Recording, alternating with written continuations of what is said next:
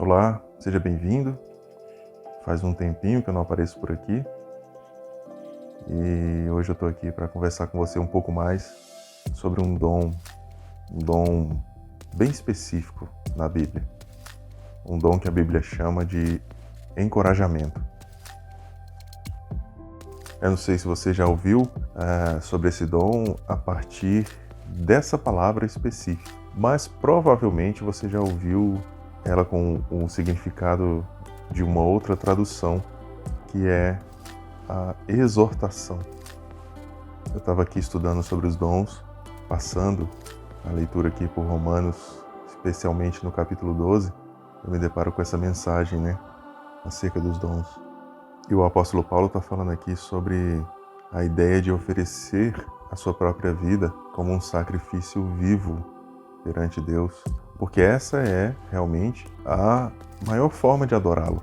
Uma vez que ele ofereceu-se como sacrifício a partir da morte de Jesus, o apóstolo insiste para que a gente possa oferecer a nossa vida por causa do que ele fez em sacrifício vivo, um corpo oferecido a Deus como sacrifício vivo.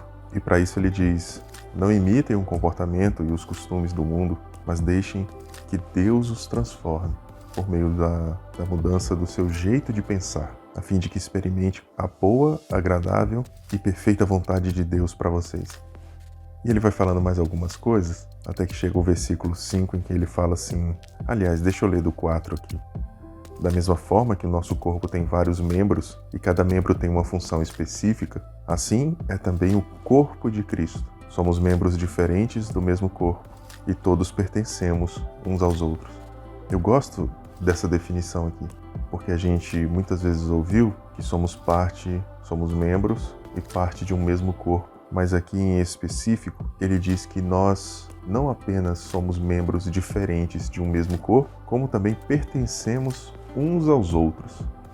E você há de concordar comigo que isso eleva o nível do comportamento e do relacionamento, né? Porque se eu entendo que eu sou parte do corpo e você também, eu naturalmente já te respeito, já zelo pela sua vida, pelo simples fato de você fazer parte do corpo juntamente comigo. Agora, quando ele diz vocês pertencem uns aos outros, a gente entende que o compromisso está nas duas esferas, vertical e horizontal. Então eu, pertencendo a você, eu espero ser cuidado por você. Eu espero que você zele pela minha vida. Eu espero que você cuide para que minha fé não esmoreça, para que a minha vida não despenque ladeira abaixo. Da mesma forma como você espera de mim zelo, cuidado, proteção, insistência quando se deve insistir, espaço quando precisar de espaço. Você espera de mim e eu espero de você abraço, choro quando for tempo de chorar, sorriso quando for tempo de sorrir, de forma que um pertence ao outro. E aí, ainda falando sobre as diferenças, porque afinal de contas somos membros diferentes de um mesmo corpo, Paulo vai dizer que Deus, em sua graça, concedeu diferentes dons, deixando claro que quase todos eles possuem uma condição ou uma forma de funcionar corretamente. Por exemplo, ele começa falando aqui sobre a capacidade de profetizar. E aí ele diz o seguinte: se você tiver a capacidade de profetizar, faça-o de acordo com a proporção de fé que recebeu. É muito legal você perceber esses detalhes. O dom de profetizar deve ser usado de acordo com a proporção da fé que você recebeu. E aí você se pergunta assim, não, mas pera lá, será que fé é algo que eu recebo numa medida e não tenho como aumentar? Olha, os discípulos pediram isso para Jesus, Senhor, aumenta-nos a fé. E é interessante porque eles pedem isso justamente no momento em que Jesus está falando sobre perdoar o irmão. Se o irmão pecar contra você, você vai lá e repreende-o, conversa com ele. Se ele se arrepender, você o perdoa. E se porventura, por 7 vezes ao dia ele pecar contra você, 7 vezes vier contigo dizendo eu estou arrependido, perdoe-lhe. E aí, ao ouvir isso, os discípulos falam: Senhor, aumenta-nos a fé. Que imagina, diante de erro após erro acontecendo, erro, arrependimento, e todas as vezes a orientação de Jesus é: continua perdoando. Se houve arrependimento, perdoa. Os caras falaram assim: Senhor, aumenta-nos a fé. Mas e o que que Jesus responde para eles? Se vocês tiverem fé do tamanho de um grão de mostarda, vocês dirão a esse monte ali, ou em algumas versões a moreira, né? Arranca-te e transplanta-te para o mar, e ela vos obedecerá. Ou ao monte, né? Ergue-te daqui e lança-te ao mar, e o monte assim fará, se você tiver fé do tamanho de um grão de mostarda. Eu entendo que Jesus poderia ter dito, ok, eu vou orar ao Pai para que Ele aumente a fé de vocês. Mas se Ele respondeu dizendo que basta a fé ser do tamanho de um grãozinho de mostarda, que é mais ou menos metade do tamanho de uma unha, se não menor, é porque de fato não é o tamanho da fé que importa. E aí, voltando para esse texto de Romanos 12, quando o apóstolo Paulo diz: aquele que tem a capacidade de profetizar, faça-o de acordo com a proporção de fé que recebeu. Portanto, não é uma questão de você aumentar a sua fé para profetizar coisas maiores, mas é a questão de você usar a proporção que você recebeu de fé da parte de Deus e profetizar equalizando essa medida com a sua própria fé. E aí ele continua no versículo 7 dizendo assim: se você tiver o dom de servir, sirva com dedicação. Isso aqui é muito legal de se perceber.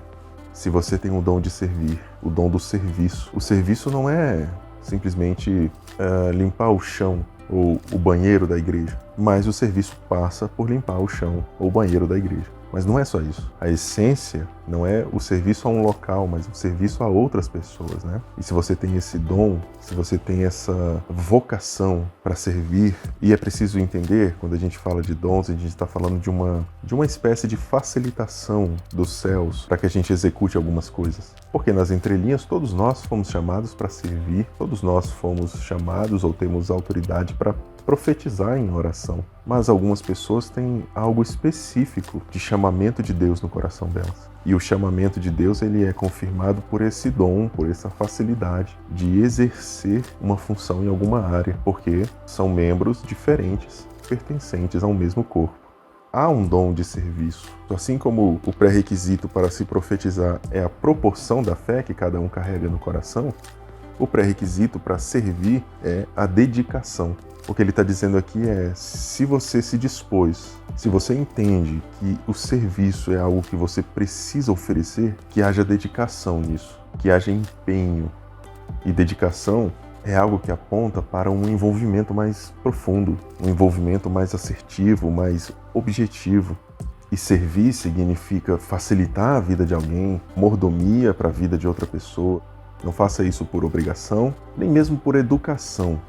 Faça isso com dedicação, dedique-se, entregue-se para fazer algo bem feito. Serviço é você, por exemplo, cuidar de alguém que está doente. Imagina alguém que está de cama e você junta com mais outras 2, 3 pessoas e vai na casa dessa pessoa e faz uma comida para ela, porque ela não pode ficar de pé. Cuida da casa dela, varre, limpa, lava a louça. Isso é serviço. Serviço é lavar um carro, serviço é dar uma carona. Serviço é proporcionar um pouco de alegria para um coração cansado, é proporcionar presença para quem se sente solitário.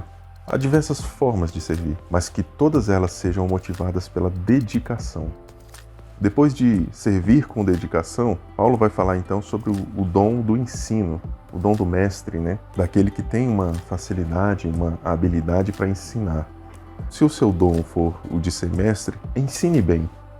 E o que é ensinar bem, gente? É ensinar com dedicação, ensinar com pedagogia, com estudo, com critérios. Quando você vai ensinar alguém, quando você vai dar uma aula, quando você vai apresentar uma proposta, tudo isso para o reino de Deus deve ser feito de forma como se você estivesse exercendo realmente o ofício do ensino. Porque a gente às vezes carrega aquela ideia equivocada de que o Espírito Santo vai colocar na nossa mente as palavras certas a serem ditas.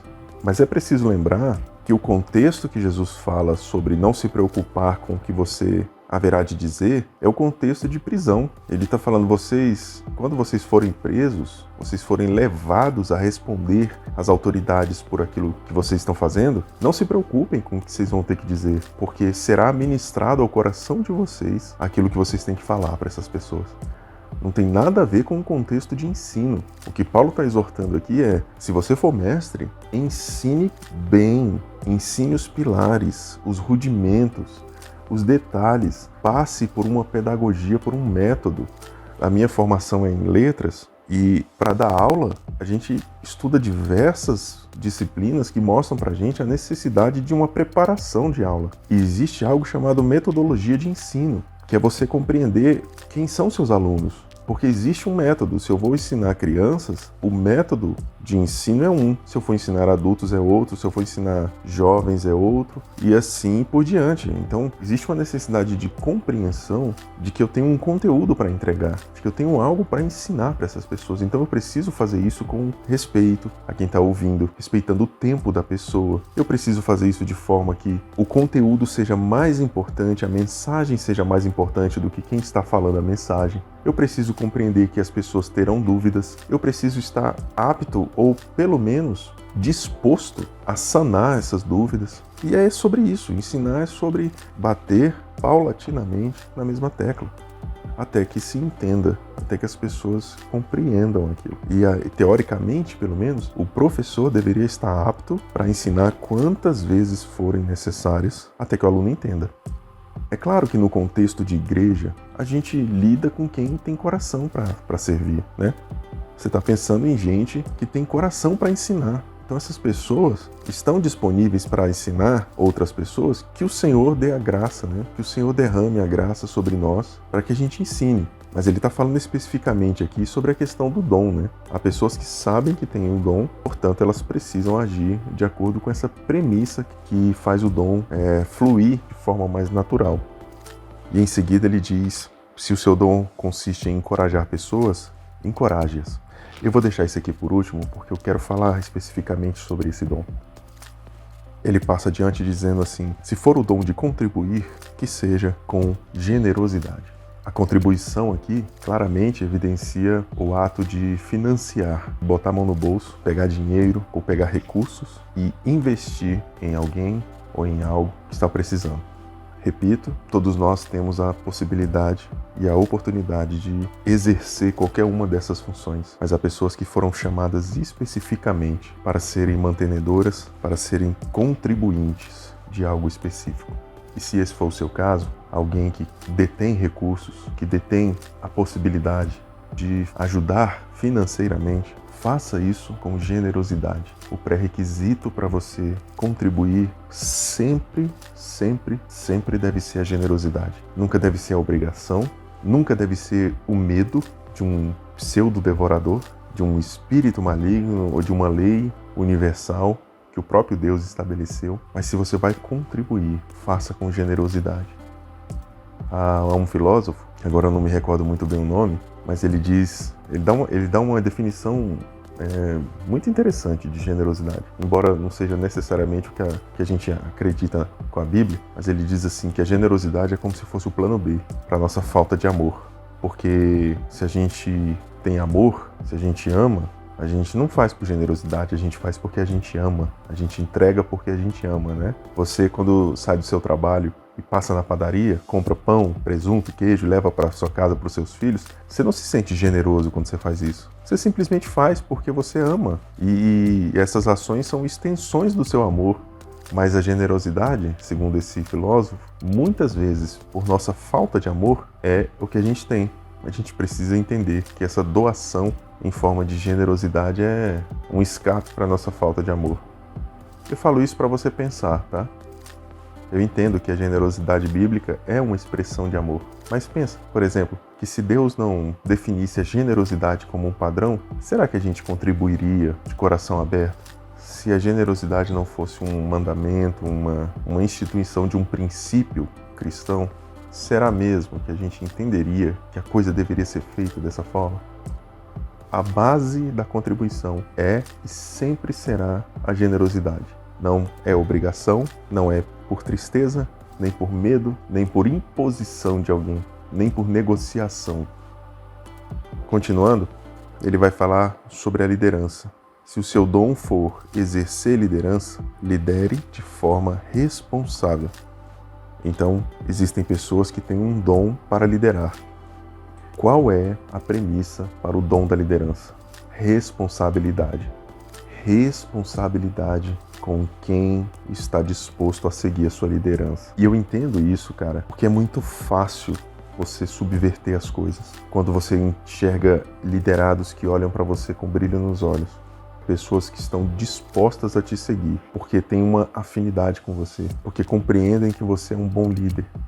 Porque em algum momento você realmente foi esse bom líder e você ajudou essas pessoas. Então essas pessoas estão suscetíveis a fazer o que você falar para elas fazerem. Por isso que Paulo está falando, seja responsável. Porque você está lidando com membros do corpo de Cristo. Você está lidando com a herança do Senhor Jesus. Ele morreu e com o seu sangue ele comprou para si povos de todas as tribos, raças, etnias. É com essa pessoa que você está lidando. Então, se você lidera, não se aproveite das particularidades das pessoas, de modo que elas só consigam agir a partir daquilo que você define para a vida delas. Refém da sua presença. Isso é péssimo para o reino. Gente que só consegue ser guiada pela presença daquele líder. E principalmente quando os líderes se tornam manipuladores. Quando eles entendem a personalidade do discípulo, do seguidor e agem naquela ferida, muitas vezes aquela abertura emocional, para manipular, para não deixar com que o liderado saia do seu campo de visão, do seu controle. Responsabilidade é o que você precisa para liderar. E por fim ele diz, e se for o de demonstrar misericórdia, pratique-o com alegria. Exercer a misericórdia com alegria. O que é exercer essa misericórdia? É a ação de ser compassivos com a dor do outro. É você voltar os olhos, voltar a sua atenção para a dor do outro, para a necessidade que o outro tem. É você ter compaixão, você deixar que esse amor que vem da parte de Deus possa emanar de você até atingir o teu próximo, que está precisando às vezes de um abraço, de comida, de uma oração, às vezes está precisando de companhia. Alguém que está se sentindo solitário, muitas vezes está perto, sem muitas palavras, mas com muita presença. E a orientação do apóstolo Paulo aqui é faça isso com alegria. Jesus falou que os misericordiosos alcançariam a misericórdia. Eu não ajo com misericórdia, com compaixão, para que eu alcance compaixão. É como se isso fosse uma consequência natural de ser misericordioso. Eu faço com alegria, ou seja, quando eu vou ajudar as pessoas, quando eu vou erguer alguém que está caído, que tropeçou, quando eu vou erguer alguém que já tinha desistido, que está desanimado, eu ajo com alegria. Não pensando em ser alcançado por essa misericórdia. Eu faço porque é bom fazer, porque há alegria em ver alguém sendo alvo dessa compaixão. E o Senhor Jesus me garante que eu serei alcançado por essa misericórdia também quando eu precisar. Esses são os dons que Paulo fala aqui em Romanos, as variedades de manifestações e funções que nós temos por fazer parte de um mesmo corpo. E por sermos membros diferentes, também temos dons diferentes. E eu deixei o dom de encorajamento por último, para destrinchar um pouquinho mais com você. Porque eu confesso que eu ouvi poucas vezes na minha vida alguém falando sobre isso. Talvez você não conheça pelo nome encorajamento, mas você conhece pelo nome exortação, nas versões mais antigas. E a primeira coisa que me chamou a atenção aqui é que cada um desses dons que Paulo fala são dons que têm uma premissa. O dom de profetizar depende da proporção de fé de quem profetiza. O dom de servir depende da dedicação de quem serve. O dom do ensino, do mestre, depende de quem ensina bem. O dom de contribuir depende da generosidade. O dom da liderança depende da responsabilidade. E o dom da misericórdia depende da alegria. Mas o dom do encorajamento não está relacionado a uma premissa. Ele fala simplesmente assim, se o seu dom consiste em encorajar pessoas, encoraje-as. Eu conheci essa palavra por exortação, mas na prática de vida evangélica, exortação sempre tinha uma associação de briga, correção, de disciplina, em termos mais pejorativos da minha época, pagação de sapo. Se alguém falasse assim, o pastor exortou, a gente já entendia que aquele membro tinha ouvido uma reclamação, tinha ouvido uma palavra dura, mas aí quando você vai ver o sentido da palavra aqui, é um sentido de encorajamento. E é interessante, cara, porque encorajar não é necessariamente ter palavras de ânimo. Se você for levar para o lado da ousadia, o encorajamento no sentido de ousadia, pode ser que você enxergue aquela pessoa que levanta no meio dos outros e fala, vamos lá, vai dar certo, vamos todo mundo junto, bora, sangue no olho, vamos fazer acontecer. Beleza, pode ser que funcione, mas isso não resume o que significa encorajamento. Porque muitas vezes o encorajamento de uma pessoa não está no que ela fala, está na habilidade que ela tem de se tornar exemplo, está na atitude dela de se tornar exemplo, para que os outros vejam e sigam o que ela faz. Você provavelmente já foi encorajado por pessoas que não abriram a boca perto de você, mas simplesmente resolveram continuar caminhando quando tinham tudo para falar: não quero mais, não consigo mais. São pessoas que respiraram fundo, sofreram o luto, a perda, a queda, mas amanheceu um novo dia, essas pessoas se colocaram de pé novamente e prosseguiram. E sem dizer uma palavra, elas se tornaram exemplos vivos para você, de encorajamento. Outra coisa que eu acho muito interessante aqui é que Paulo está falando de encorajadores, não de gente que tem coragem. Se você parar para pensar, cara, o pressuposto da vida cristã já é a coragem. Para ser cristão, em termos bíblicos, você precisa de coragem. Porque todos os dias você tem que dizer não para você mesmo. Pelo viés da ousadia, você vai achar que coragem está sempre relacionado a falar alguma coisa que você tem que falar. Ter coragem de falar o que você está pensando. Ou coragem no sentido de bravura, que é a característica dos heróis, né? Os heróis são bravos, são destemidos, são intrépidos. Olha que palavra bonita, né? Fulano é intrépido. Fulano não treme diante das dificuldades. Mas não é isso que ele está falando. Porque por si só, a vida cristã já diz que você precisa de coragem. Coragem para dizer não às suas vontades interiores, quando essas vontades são contrárias à vontade de Deus. E não apenas nessa guerra interior que a gente vive, mas exterior também. Porque você tem que ter coragem para dizer não para uma cultura. Toda uma cultura que carrega o nome de ser contra Deus. Porque se levanta contra tudo que assume o nome de Deus. Então, por si só, a vida cristã já exige de nós coragem. Mas o que Paulo está falando aqui são dos encorajadores. São dessas pessoas, cara, que às vezes só a presença delas já muda o ambiente. Só a presença delas já muda o ânimo das pessoas. O desejo das pessoas de continuar, de prosseguir. Claro que essas pessoas às vezes vão precisar usar palavras, mas os encorajadores são aqueles que às vezes só a presença deles já muda o ambiente. Eu me lembro que eu joguei vôlei no ensino médio e no vôlei, eu não sei como é que tá hoje, assim, eu tenho acompanhado muito pouco, mas existia uma função na quadra que era um jogador de segurança, que era um cara que botava a bola no chão, no meio da rede, na ponta, no fundo. Era um cara que resolvia a questão. E a gente chamava isso de bola de segurança, que é quando o passe, né, a recepção não vinha muito bem, não vinha muito certo, e o levantador não podia fazer uma jogada já ensaiada, ele jogava essa bola para o jogador de segurança, que era um cara que tinha a função, a obrigação de resolver a questão. Então, quando esse cara estava em quadra, mesmo que o início da jogada saísse meio torto, ainda havia uma esperança de que a jogada marcasse, pontuasse pra gente, porque esse cara estava em quadra. Mas se esse cara não tivesse em quadra, às vezes o time ficava meio desesperado, por não saber muito bem como agir. Mas assim, é claro que essa é uma função, e havia aquele cara que fazia isso muito bem. E quando ele não estava, a gente sentia o peso. A gente jogando ali, a gente percebia que o time meio que dava uma balançada. Mas quando ele estava em quadra, a gente ficava mais tranquilo, porque ainda existia essa esperança, essa segurança, né? E se você pensar em times, de forma geral, de futebol ou de qualquer outro esporte, em que exista um capitão do time, se você se perguntar por que ele é capitão, você vai descobrir que não necessariamente é porque ele sabe o que falar ou porque ele sabe o que fazer. É muito provável que ele seja o capitão porque ele tem acesso aos outros jogadores. Ele alcança os outros jogadores no sentido de falar e ser ouvido, no sentido de dar uma orientação e o time compreender que aquela orientação é para o bem da equipe. A função do capitão é essa, pelo menos a principal, é porque ele é um cara que tem acesso, o time confia nele. E eu acredito que os encorajadores fazem esse papel. A nossa tendência é acreditar que os encorajadores são sempre os líderes, é sempre o técnico, é sempre aquele que tem a estratégia. Só que na hora do vamos ver, e eu, na minha pouca experiência jogando vôlei, participando de alguns campeonatos, eu percebi isso. O capitão tem uma voz muito mais acessível do que a voz do técnico gritando lá fora. A gente ouve o técnico falando, mas às vezes no calor da emoção a gente não...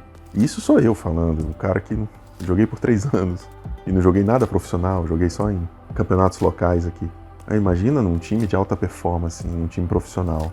Você ouve a voz do treinador, mas às vezes você não internaliza aquela orientação. Mas o capitão que está ali dentro, junto com você, quando ele te orienta, é diferente, cara. Ele tem a capacidade de mudar o ritmo dos outros jogadores. Eu acredito que os encorajadores são essas pessoas que nem sempre são pessoas de destaque, nem sempre a estratégia passa pelo olhar dele. Porque encorajar é reanimar, cara. É você segurar na mão e falar assim, vamos junto, eu ando um pouco mais devagar para você me acompanhar. Vamos junto, eu tô aqui.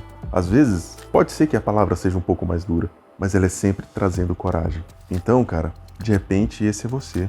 Quem sabe você não conhece alguém que tem esse perfil, esse dom de Deus para o aperfeiçoamento dos santos de Deus, do corpo de Cristo, o dom de encorajar as pessoas. O encorajador não necessariamente ele tem mais coragem do que os outros. Curioso isso. Que a coragem em si é uma virtude admirada em qualquer lugar do mundo. Há lugares do mundo em que a justiça não é admirada. A justiça não é admirada pelos injustos. Há lugares em que algumas virtudes e comportamentos não são admirados por todos. Mas o que a gente percebe acerca da coragem é que é uma virtude que todo mundo admira. E por causa disso, por ser assim, uma virtude ampla, em que qualquer lugar que você estiver, um ato de coragem é um ato admirável, é que a gente precisa ter um cuidado, ter um olhar e um pé atrás com a coragem. Porque os canalhas também são corajosos, os assassinos também são corajosos, o estuprador é corajoso. E eu gosto de um sentido de um filósofo chamado André Comte Sponville, que ele fala sobre coragem dizendo assim, a coragem para fazer o mal não é coragem, é maldade. Fanatismo corajoso não é coragem, é fanatismo. Da mesma forma, uma coragem egoísta é egoísmo. Portanto, a coragem transita diante das diversas camadas da sociedade, sendo admirada por bons e maus. Então você tem que ter um pé atrás com a coragem. Porém, Paulo falando aqui sobre os encorajadores, ele está falando sobre pessoas que carregam uma essência dentro de si. Não são pessoas necessariamente corajosas, bravas, mas são pessoas que tomaram para si a responsabilidade de encorajar, de ser o exemplo quando precisar ser o exemplo e de animar ao que está desanimado quando isso for necessário. Por isso eu queria deixar um apelo aqui para você. Você que é encorajador, você que tem esse dom no meio do corpo de Cristo. Eu queria te dizer, cara, que a gente precisa de você. A igreja precisa de você, que tem o dom de encorajar, de exortar, pegar pela mão e reerguer, de reanimar. Porque muitas vezes encorajar é lembrar a pessoa o motivo da esperança dela. Às vezes você encoraja, não dizendo que vai dar tudo certo, não dizendo que tudo vai ficar bem. Você encoraja relembrando qual é o alvo da esperança dela. Dizendo aqui, as lutas vão continuar. Aqui ainda tem muita pauleira pela frente. Mas se lembre, tenha bom ânimo. Ele venceu o mundo. Os encorajadores são pessoas que nos lembram dos motivos da nossa esperança. Essas pessoas são profundamente necessárias. Nós, como igreja, precisamos de você, encorajador. E eu queria te encorajar a ser isso que Deus te deu para ser. Dê ânimo a quem precisa de ânimo. Dê a mão a quem precisa ser erguido. Transborde, cara. Transborde esperança para aquele que já não consegue ter esperança. Reanime a fé daquele que não consegue mais compreender que Deus é o Deus do impossível. Seja com palavras, seja com exemplos, seja com atitudes, com demonstrações públicas ou particulares. Mas encoraje. E que Deus nos dê graça para suportar o dia mau, sem esquecer que a gente faz parte de um mesmo corpo e que somos pertencentes aos outros. Fique em paz e a gente se vê na próxima. Tchau.